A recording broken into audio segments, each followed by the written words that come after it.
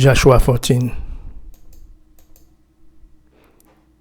Now these are the areas the Israelites received as an inheritance in the land of Canaan, which Eleazar the priest, Joshua son of Nun, and the heads of the tribal clans of Israel allotted to them. Their inheritances were assigned by lot to the 9.5 tribes, as the Lord had commanded to Moses. Moses had granted the 2.5 tribes their inheritance east of the Jordan, but had not granted the Levites an inheritance among the rest, for Joseph's descendants had become 2 tribes, Manasseh and Ephraim.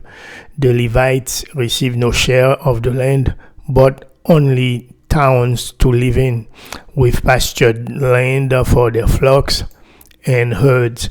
So the Israelites divided the land just as the Lord had commanded Moses. Allotment for Caleb.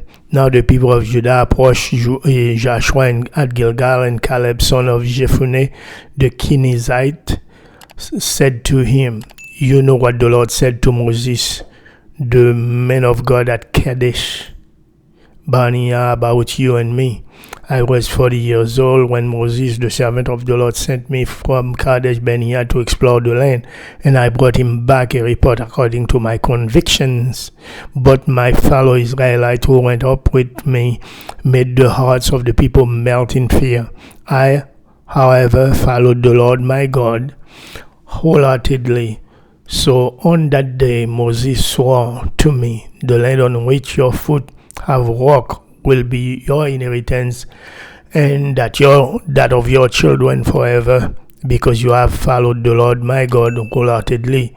Now then, just as the Lord promised, he has kept me alive for 45 years since the time he said this to Moses, while Israel moved about in the wilderness. So here I am today, 85 years old.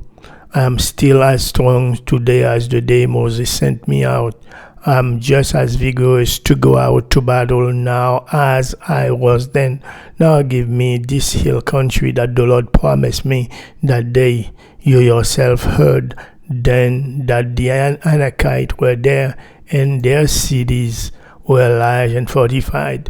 But the Lord helping me, I will drive them out just as he said." Then Joshua blessed Caleb, son of Jephunneh,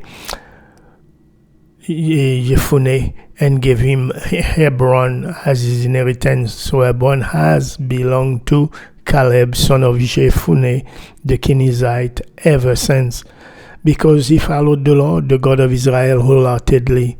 Hebron used to be called Kiriath Arba, after Arba, who was the greatest man among the Anakites. Then the land had rest from war.